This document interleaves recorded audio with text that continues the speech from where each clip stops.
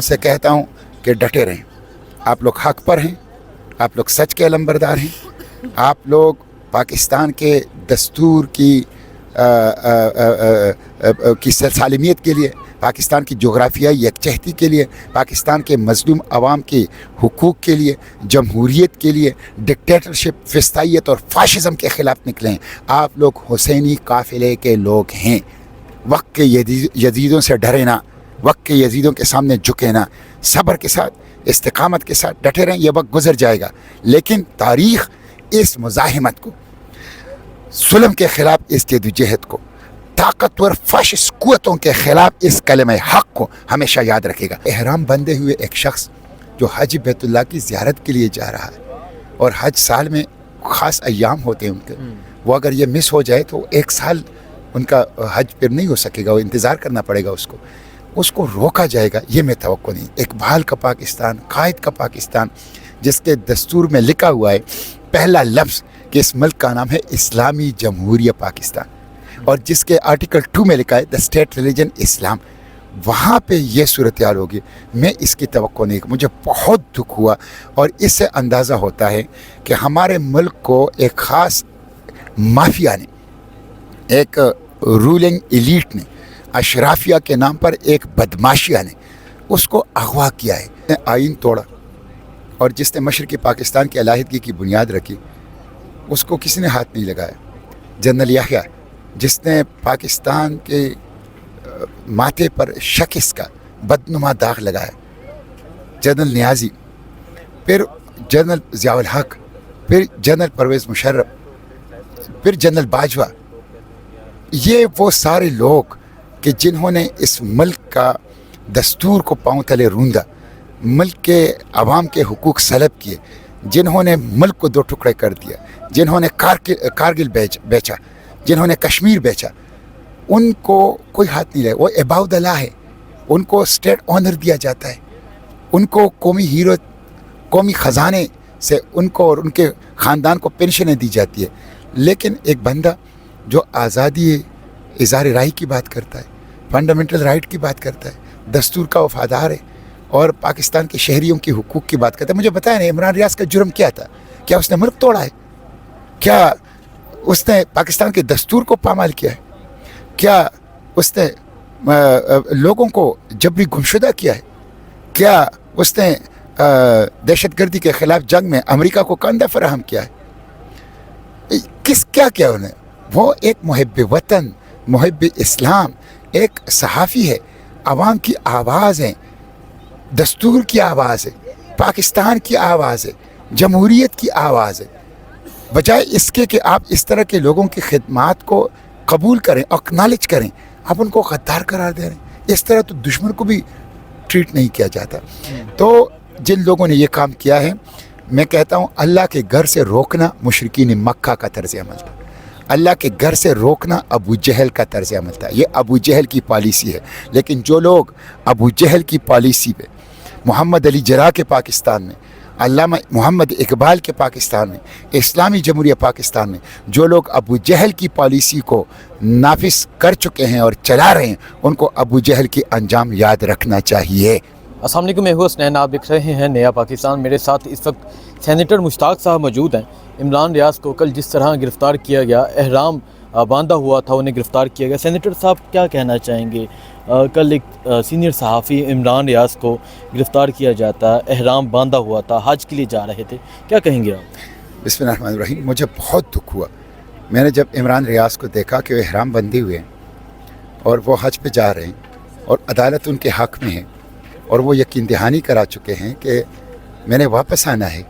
उन्होंने अदालत में कमिटमेंट भी की है, और अगर फ़र्ज़ करें उसने आना भी नहीं है, वो एक आज़ाद शहरी है, तो हज के लिए वो जा रहे हैं, बैतुल्लाह के लिए जा रहे हैं, एहराम बांधे हुए हैं, और जिस तरह उनको रोका गया मुझे बहुत दुख हुआ।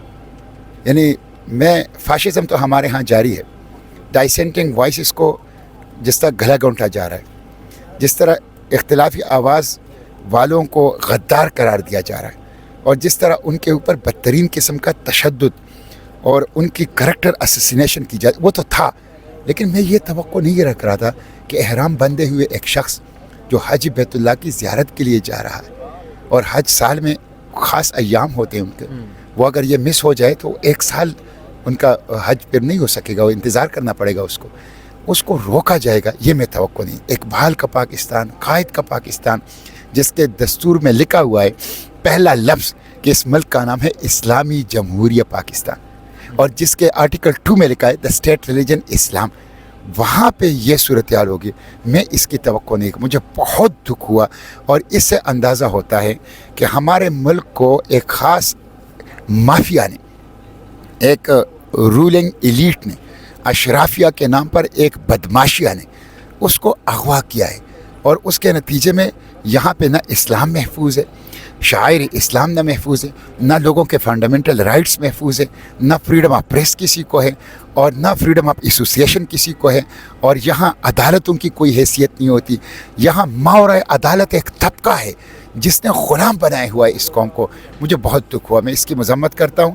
میری دعائیں عمران ریاض کے ساتھ ہیں، میری ہمدردیاں عمران ریاض کے ساتھ ہیں، اور میں مطالبہ کرتا ہوں کہ فوری طور پر ان کو رہا کیا جائے۔ اچھا سینیٹر صاحب یہ بتائیں، عمران ریاض نے کہا کہ 5ویں ٹکٹ تھی جو عمران ریاض نے کروائی، پہلی 4 ٹکٹ جو ہیں وہ کینسل ہو گئی، وہ تاریخ پہلے دی جاتی تھی، پھر اسلام آباد ایئرپورٹ پہنچتے ہیں FIA روک لیتی ہے۔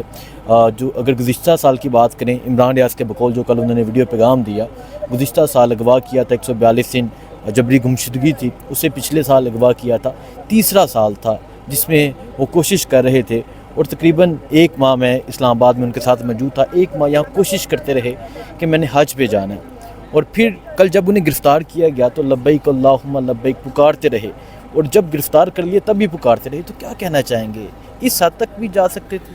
بہت افسوسناک ہے۔ بدقسمتی تو یہ ہے کہ اس ملک میں جنرل ایوب، اس کو جس نے آئین توڑا اور جس نے مشرقی پاکستان کی علیحدگی کی بنیاد رکھی، اس کو کسی نے ہاتھ نہیں لگایا۔ جنرل یحییٰ، جس نے پاکستان کے ماتھے پر شخص کا بدنما داغ لگایا، جنرل نیازی، پھر جنرل ضیاء الحق، پھر جنرل پرویز مشرف، پھر جنرل باجوہ، یہ وہ سارے لوگ کہ جنہوں نے اس ملک کا دستور کو پاؤں تلے روندا، ملک کے عوام کے حقوق سلب کیے، جنہوں نے ملک کو 2 ٹکڑے کر دیا، جنہوں نے کارگل بیچا، جنہوں نے کشمیر بیچا، ان کو کوئی ہاتھ نہیں لگا۔ وہ عباد اللہ ہے، ان کو اسٹیٹ آنر دیا جاتا ہے، ان کو قومی ہیرو، قومی خزانے سے ان کو اور ان کے خاندان کو پینشنیں دی جاتی ہے۔ لیکن ایک بندہ جو آزادی اظہار رائے کی بات کرتا ہے، فنڈامنٹل رائٹ کی بات کرتا ہے، دستور کا وفادار ہے، اور پاکستان کے شہریوں کے حقوق کی بات کرتا ہے۔ مجھے بتائیں نا، عمران ریاض کا جرم کیا تھا؟ کیا اس نے ملک توڑا ہے؟ کیا اس نے پاکستان کے دستور کو پامال کیا ہے؟ کیا اس نے لوگوں کو جبری گمشدہ کیا ہے؟ کیا اس نے دہشت گردی کے خلاف جنگ میں امریکہ کو کاندھا فراہم کیا ہے؟ کیا کیا انہیں؟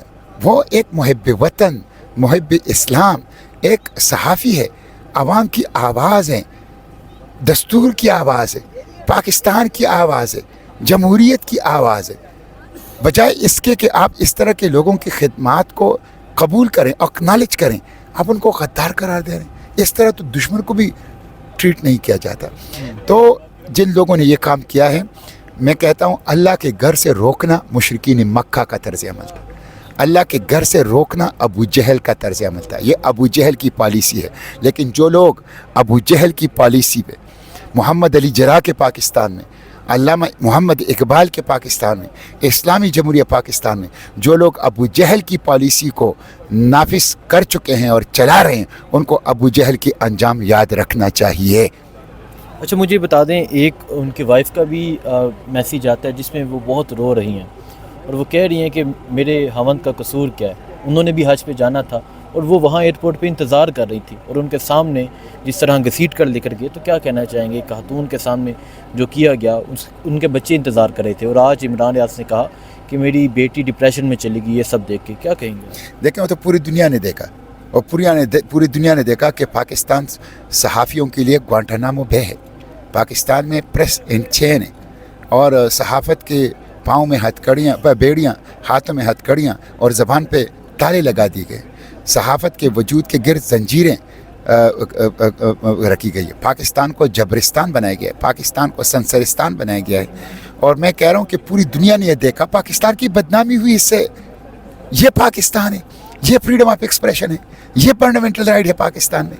एक पूरी रियासत डरती है, एक सहाफ़ी से डर रही है पूरी रियासत, एक पूरी रियासत के सामने और कुछ नहीं है, एक सहाफ़ी रह गया कि उसकी आवाज़ को दबाया जा सके। तो मैं समझता हूँ मुल्क की बदनामी हुई, इन्होंने मुल्क को बदनाम कर दिया। और मैं अदालतों से पूछता हूँ, ये वीडियोज़ आप लोगों ने नहीं देखी? लाखों करोड़ों लोगों ने ये वीडियो देखी। क्या chief justice Lahore high court, क्या chief justice Islamabad high court, क्या चीफ जस्टिस ऑफ पाकिस्तान ये नहीं देखी? क्यों खामोश है? मुनसिफ बोलते क्यों नहीं है? मुनसिफ आवाज़ क्यों नहीं उठाते? मुनसिफ अपनी जिम्मेदारियों को पूरा क्यों नहीं करते? इसलिए मैं लाहौर हाई कोर्ट के चीफ जस्टिस से और सुप्रीम कोर्ट ऑफ पाकिस्तान के चीफ जस्टिस से कहता हूँ कि इस पर सोमोटो एक्शन लें। इमरान भाई के लिए एक रोज़ का रिमांड हो गया उनका, उनके लिए और उनकी वाइफ के लिए, उनके ख़ानदान के लिए क्या कहना चाहेंगे आप? मैं उनसे कहता हूँ कि डटे रहें, आप लोग हक पर हैं, आप लोग सच के अलंबरदार हैं, आप लोग पाकिस्तान के दस्तूर की